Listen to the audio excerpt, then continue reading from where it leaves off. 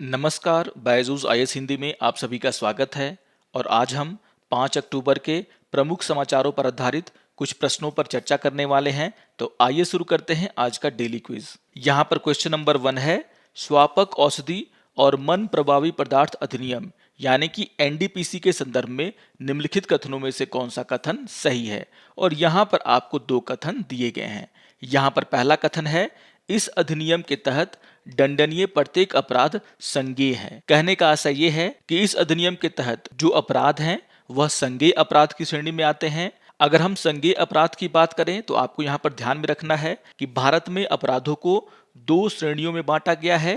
पहला है संज्ञेय अपराध और दूसरा है असंज्ञेय अपराध। अगर हम संज्ञेय अपराध की परिभाषा की बात करें तो इसकी परिभाषा क्रिमिनल प्रोसीजर कोड की धारा 2C में दिया गया है, जिसके अनुसार ऐसे अपराध जिसमें पुलिस किसी व्यक्ति को बिना किसी वारंट के गिरफ्तार कर सकती है वह संज्ञेय अपराध कहलाता है।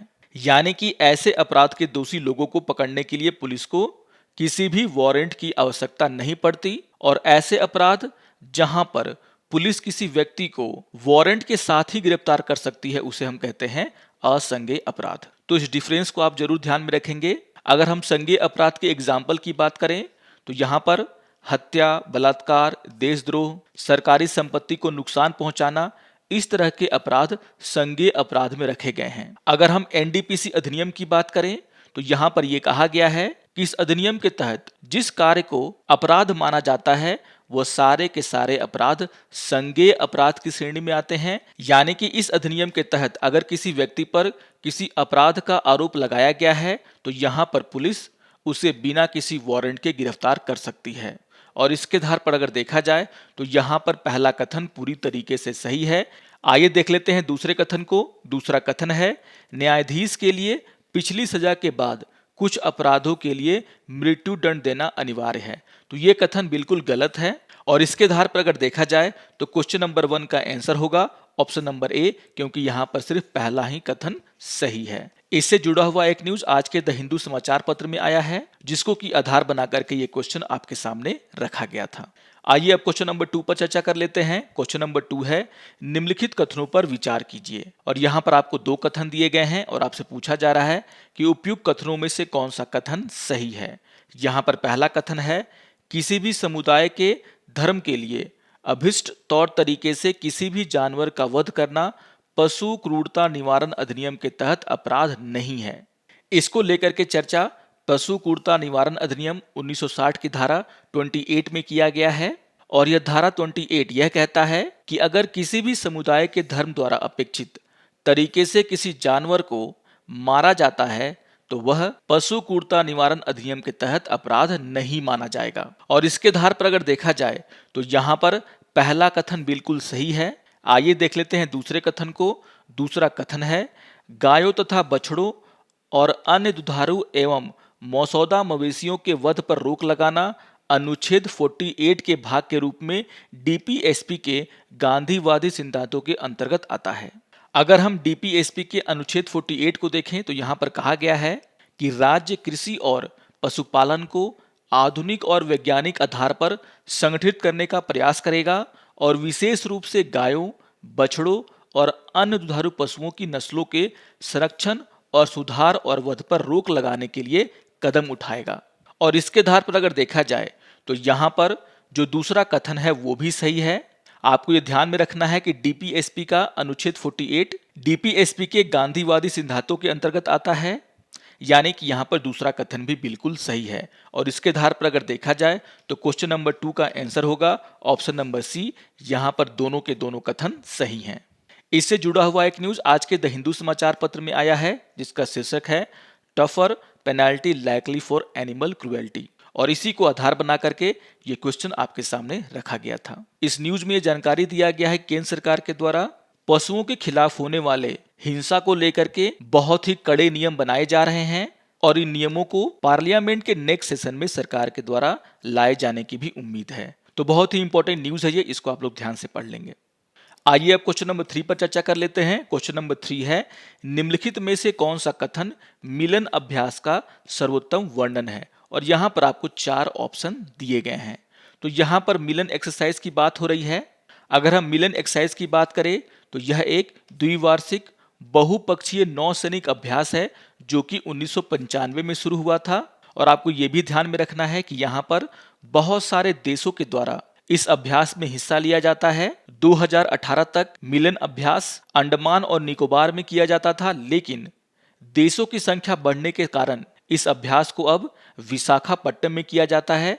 तो इस बात को भी आप लोग ध्यान में रखेंगे कि शुरुआत में 1995 से लेकर के 2018 तक अंडमान निकोबार कमान में किया जाता था, लेकिन अब इसे विशाखापट्टनम में आयोजित किया जाता है। और इससे जुड़ा हुआ एक न्यूज आज के द हिंदू समाचार पत्र में भी आया है, जहां पर यह कहा गया है कि मिलन एक्सरसाइज को फरवरी 2022 में आयोजित किया जाएगा, जिसमें हिस्सा लेने के लिए 46 कंट्रियों को न्योता दिया गया है। और इसके आधार पर अगर देखा जाए तो यहाँ पर जो तीसरा कथन है, जहां पर कहा जा रहा है कि भारतीय नौसेना द्वारा आयोजित बहुपक्षीय नौसैनिक अभ्यास वह सही तरीके से मिलन अभ्यास का वर्णन करता है, यानी कि क्वेश्चन नंबर 3 का आंसर होगा आपका ऑप्शन नंबर सी। आइए अब क्वेश्चन नंबर 4 पर चर्चा कर लेते हैं। क्वेश्चन नंबर 4 है, क्रिया विज्ञान या चिकित्सा में नोबेल पुरस्कार 2021 डेविड जूलियस और अर्डेम पटापाउटियन को संयुक्त रूप से उनकी किस खोज के लिए प्रदान किया गया है? तो यहाँ पर चर्चा किया जा रहा है चिकित्सा में नोबेल पुरस्कार 2021 का, और आपको यहाँ पर ध्यान रखना है कि उन्हें यह पुरस्कार तापमान और स्पर्श को महसूस करने वाले रिसेप्टर्स की खोज के लिए मिला है। इस खोज से हमें पता चलता है कि हमारा नर्वस सिस्टम गर्मी, ठंड और यांत्रिक उत्तेजनाओं को कैसे महसूस करता है। और इसके आधार पर अगर देखा जाए तो यहाँ पर जो ऑप्शन नंबर बी है, जिसमें कहा जा रहा है तापमान और स्पर्श के लिए रिसेप्टरों की खोज हेतु डेविड जूलियस और अर्डेम पटापाउटियन को चिकित्सा का नोबेल पुरस्कार 2021 दिया गया है, यानी कि क्वेश्चन नंबर 4 का आंसर होगा आपका ऑप्शन नंबर बी। इससे जुड़ा हुआ एक न्यूज आज के द हिंदू समाचार पत्र में आया है, जिसको आप लोग ध्यान से पढ़ लेंगे। आइए अब एक प्रीवियस ईयर क्वेश्चन पे चर्चा कर लेते हैं, और ये क्वेश्चन 2016 में पूछा गया था। क्वेश्चन नंबर 5 है, प्राचीन भारत के निम्नलिखित पुस्तकों में से किस एक में शुंग वंश के संस्थापक के पुत्र की प्रेम कहानी है? और यहाँ पर आपको 4 ऑप्शन दिए गए हैं। तो यहाँ पर आपसे पूछा जा रहा है कि इन चारों पुस्तकों में से वह ऐसा कौन सा पुस्तक है जहां पर शुंग वंश के संस्थापक के पुत्र की प्रेम कहानी है।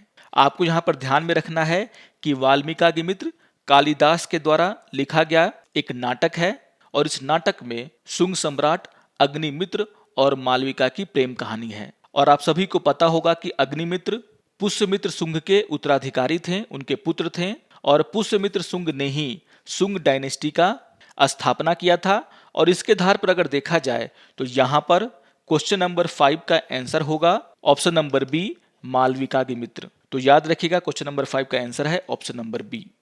आइए अब आज के तथ्य के ऊपर चर्चा कर लेते हैं, और आज हम चर्चा करने वाले हैं पेंडोरा पेपर के ऊपर।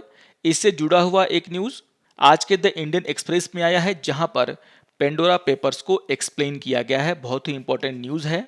यहाँ पर आपको ध्यान में रखना है कि international consortium of investigative journalist यानी कि ICIJ के रिपोर्टर्स के द्वारा कुछ पेपर्स को सामने रखा गया है, जिसे कि पेंडोरा पेपर्स का नाम दिया गया है। इन पेपर्स में समाज के कुलीन वर्ग के लोगों के अलावा भ्रष्टाचारियों के कथित रूप से विदेश में चोरी छिपे किए गए सौदों का जिक्र है। और रिपोर्ट्स में यह बताया गया है कि इन लोगों ने किन किन तरीकों से विदेशों में लाखों करोड़ डॉलर की संपत्तियां छुपा रखी हैं, और इसको लेकर के अभी जांच होनी बाकी है। लेकिन यहां पर आपको ध्यान में रखना है कि इसी ICIJ के द्वारा यानी कि international consortium of investigative journalist के द्वारा 5 साल पहले पनामा पेपर्स भी लाया गया था, जहां पर इसी तरह की जानकारी लाई गई थी। तो इस न्यूज को भी आप लोग ध्यान से पढ़ लेंगे। अभी इसमें इन्वेस्टिगेशन होना बाकी है, लेकिन इसमें बहुत सारे देशों के बहुत सारे नेताओं के नाम भी हैं। तो इस न्यूज को आप लोग जरूर ध्यान से पढ़ लेंगे। आशा करता हूं कि आपको आज का ये डेली क्विज पसंद आया होगा। सारे क्वेश्चंस बहुत ही इंपॉर्टेंट टॉपिक से जुड़े हुए हैं। आप उन सभी टॉपिक्स को रिवाइज कर लेंगे। और अगर आपको ये वीडियो अच्छा लगे तो आप जरूर इसे लाइक करें, शेयर करें और दूसरों को भी सब्सक्राइब करने के लिए प्रेरित करें। तो मिलते हैं डेली क्विज के अगले अंक में। तब तक के लिए नमस्कार और धन्यवाद।